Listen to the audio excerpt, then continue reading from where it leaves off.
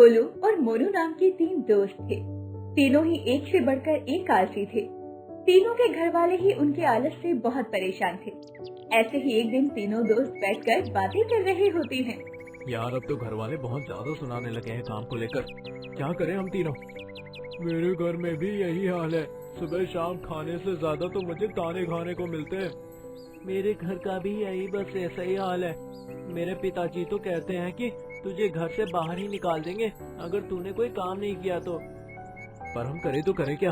मेहनत हमसे होती नहीं, फ्री में कोई पैसे नहीं देता। यही तो सारी बात है, हम तीनों ही इतने आलसी हैं कि अपने आलस से अपना पीछा ही नहीं छुड़ा पा रहे हैं। पर हमें कुछ न कुछ तो करना ही पड़ेगा, वरना घर वाले हमें सच्ची में घर से बाहर निकाल देंगे। ऐसे ही तीनों दोस्त बातें करते हैं और बातें करते करते नदी तक पहुंच जाते हैं। चलो बाकी चीज बाद में देखेंगे, पहले नदी के ठंडे ठंडे पानी में नहाते हैं और तन बदन को ताज़ा कर लेते हैं। चलो चलो, देरी किस बात की?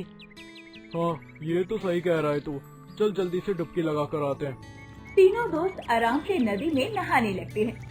नदी से थोड़े ही आगे एक गुफा थी, जहाँ तीनों दोस्त हमेशा नहाने के बाद आराम किया करते थे। आज भी तीनों दोस्त उस गुफा में पहुँचते हैं। तभी कमल बोलता है, इस गुफा में कितना सुकून मिल रहा है। यहाँ पर हम अपना सारा दिन आराम से बिता लेंगे और किसी को पता भी नहीं चलेगा। गोलू सही कह रहा है, ये गुफा ही है जो हमारे आलस को बढ़ावा देती है।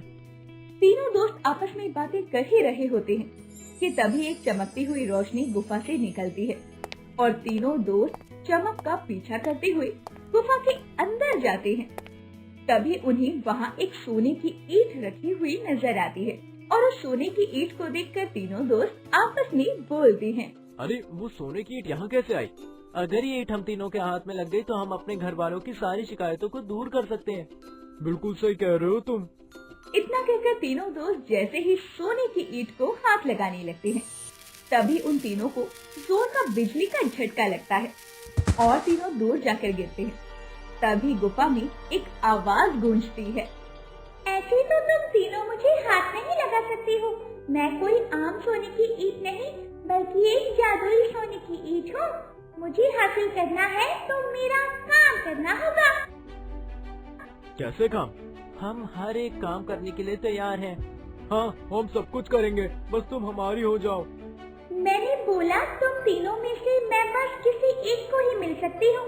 तुम तीनों मुझे एक साथ हासिल नहीं कर सकते। पर क्यों? हम तीनों दोस्त हैं। अगर हम में से किसी एक को भी मिलेगी तो हम तीनों बराबर बांट लेंगे आपस में। ये नहीं हो सकता। मुझे जो भी हासिल करेगा मैं उसी की बनकर रहूंगी। मैं तुम तीनों में बट नहीं सकती हूँ। ये बात की बात है।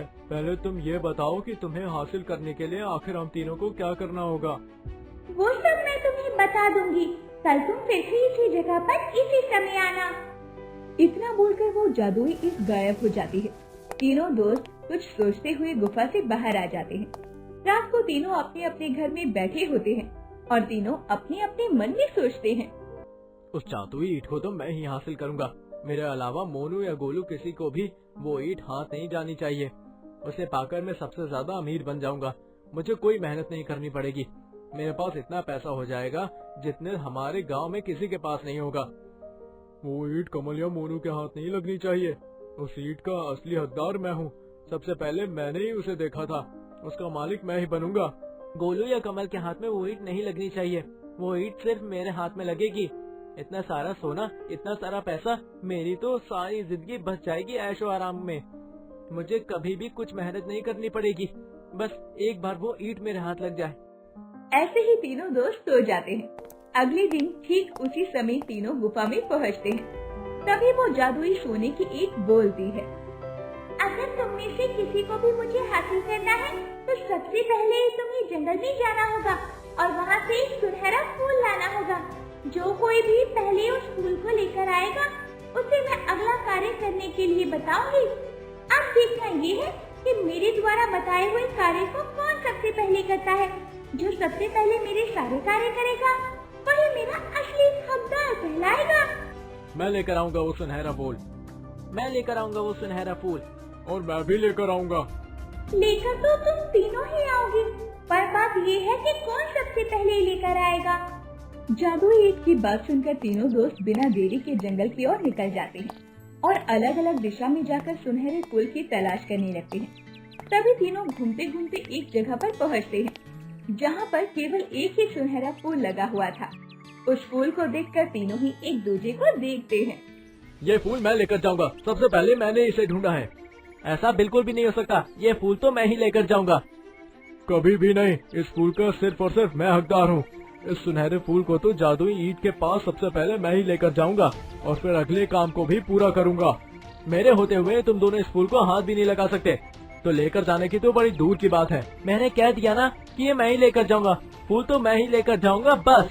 सुनहरे फूल को लेकर तीनों दोस्तों में झपट हो जाती है और तीनों ही एक दूसरे को रोकने लगते हैं।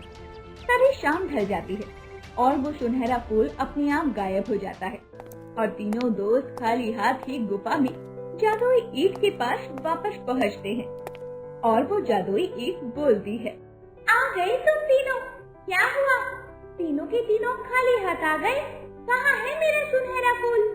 वो फूल हम नहीं ला पाए, हमने पूरा जंगल छान लिया लेकिन वो फूल हमें कहीं नहीं मिला। एक एक जगह, एक एक पेड़, एक एक पत्ता देख लेने के बाद भी वो फूल हमें नहीं मिला। अच्छा ये बात है, चलो कोई बात नहीं, ये कार्य विफल हुआ। अब मैं तुम्हें अगला कार्य करने के लिए देती हूँ। हाँ हाँ जल्दी बताओ। अब तुम तीनों को आधी रात को पहाड़ी वाले रास्ते से होते हुए सबसे ऊपर वाले पहाड़ पर जाना होगा और वहाँ पर एक सुंदर चमकीला पत्थर रखा हुआ है। उस चमकीले पत्थर को लाना होगा, लेकिन याद रखना वो तुम्हें सुबह होने से पहले लाना होगा, वरना वो पत्थर खुद ब खुद हवा में गायब हो जाएगा। अब देखते हैं तुम में से कौन सबसे पहले वो पत्थर लेकर आता है। जादुई ईंट की बात सुनकर तीनों दोस्त अपने अपने मन में एक तरकीब सोच लेते हैं और गुफा से बाहर आ जाते हैं। अच्छा चलो फिर मिलते हैं, कल सुबह अपने आप पता लग जाएगा कि पत्थर कौन सबसे पहले लाया और कौन नहीं। हाँ हाँ मुझे भी एक जरूरी काम याद आ रहा है, तो मैं भी जाता हूँ अपने घर। और मैं भी बहुत ज्यादा थक चुका हूँ, सारा दिन जंगल में घूम घूम कर, मैं भी घर जाकर आराम करता हूँ। तीनों अपने अपने घर की तरफ निकल लेते हैं और आधी रात को तीनों ही अपने अपने घर से पहाड़ी वाले रास्ते पर जाने के लिए निकल पड़ते हैं ताकि वो चमकीला पत्थर हासिल कर सके। मैं जानता हूँ कि मोनू और गोलू ने मुझसे झूठ बोला है और वो दोनों के दोनों जरूर यहीं कहीं चमकीले पत्थर को ढूंढ रहे होंगे। इससे पहले कि वो दोनों यहाँ पहुँचे, मैं वो चमकीला पत्थर लेकर सबसे पहले उस ईंट को दे दूंगा जाकर। इतना कहकर कमल पहाड़ी पर चढ़ना शुरू कर देता है। काफी मेहनत के बाद जब वो ऊपर चढ़ता है तो देखता है कि पहाड़ की चोटी पर पहले से ही गोलू और मोनू मौजूद हैं और दोनों के दोनों चमकीले पत्थर को लेकर बहस कर रहे हैं। तभी कमल पीछे से एक डंडे से दोनों के सर पर तीर वार करता है और दोनों वहीं बेहोश हो जाते हैं। जिसके बाद कमल पत्थर लेकर गुफा में पहुंचता है और जादुई ईंट को वो चमकीला पत्थर दिखाते हुए बोलता है, ये देखो जादुई ईंट, मैं ये पत्थर लेकर आ गया। अरे वाह, तुम तो सबसे पहले लेकर आए हो, क्या बात है? तुम्हारे बाकी के दोस्त कहाँ हैं? मुझे नहीं पता वो कहाँ है, ना वो मुझे रास्ते में मिले और ना ही यहाँ से जाने के बाद मिले। मैं पहाड़ी पर बड़ी मेहनत से पहुँचा हूँ और मैंने इस पत्थर को हासिल कर लिया और तुम्हारी कहे अनुसार बिना सुबह होने से पहले इसे लेकर आ गया। वाह, तुम तो सबसे बहादुर हो, मेरी असली हकदार तो तुम ही हो। चलो आओ मेरे पास और मुझे अपने हाथों में उठाकर हमेशा के लिए मुझे अपना बना लो। जादुई ईंट की बात सुनकर जैसे ही कमल उसे छूने के लिए आगे जाता है, तभी उसे जादुई ईंट में से तेज आग निकलती दिखती है और कमल के हाथ भी जल जाते हैं। तुम तो जादुई सोने की ईंट हो ना, तो फिर ये सुलगता हुआ कोयला कैसे बन गई? हे भगवान, मेरे हाथ! कमल इतना बोल ही रहा था कि तभी वहाँ मोनू और गोलू भी आ जाते हैं और आकर कमल से बहस करने लगते हैं। अच्छा बेटा, हमें वहाँ पे बेहोश करके तू खुद अकेला यहाँ पे चमकीला पत्थर लेके जादुई ईंट को हासिल करने के लिए आ गया, धोखेबाज कहीं के। हमारा दोस्त होकर हमारी पीठ पर छुरा घोंपा है तूने, शर्म आनी चाहिए तुझे ऐसी दोस्ती पर। तुम तीनों ही धोखेबाज हो, जरा अपने अपने दिमाग में सोच कर देखो कि तुम तीनों यहाँ तक कैसे पहुँचे हो। तुम्हें क्या लगता है कि सुनहरे फूल को पाने के लिए तुम तीनों ने जो किया वो मुझे मालूम नहीं, या फिर ये मालूम नहीं कि आज पहाड़ी पर चमकीला पत्थर लाने के लिए क्या हुआ है? बोला था ना, मैं कोई आम चीज नहीं बल्कि एक जादुई सोने की ईंट हूँ। मुझे तुम्हारे हर क्षण की खबर है कि तुमने कब कैसे क्या किया।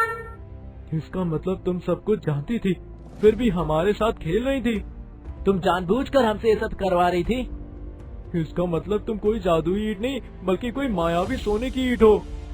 ऐसा कुछ भी नहीं है, लेकिन तुम तीनों में से कोई भी मेरा हकदार नहीं है। मुझे सिर्फ वही इंसान हासिल कर सकता है जो कि सच्चा, अच्छा और ईमानदार हो और मेहनती भी हो। लेकिन तुम तीनों ही बड़े आलसी, झूठी और बेईमान आदमी हो, इसीलिए मैं तुम तीनों में से किसी को भी नहीं मिल सकती। जब तुम अपनी दोस्ती में विश्वासघात कर सकती हो, तो फिर तुम मुझे हासिल करने की उम्मीद कैसे रख सकती हो? अगर किसी अच्छी चीज को हासिल करना है, तो पहले खुद भी अच्छी बनो। इतना कहने के बाद वो जादुई सोने की ईंट फिर से गायब हो जाती है और इस सारी घटना के बाद कमल, मोनू और गोलू तीनों को अपनी अपनी गलती का एहसास होता है और उस दिन के बाद से तीनों मेहनत करते हैं और वो अपने आलस को छोड़कर अपने जीवन को संवारते हैं। अगर आपको हमारी ये वीडियो अच्छी लगी हो तो वीडियो को लाइक और चैनल को सब्सक्राइब जरूर करें और अपने दोस्तों को शेयर करना ना भूलें। साथ ही बेल आइकन प्रेस करें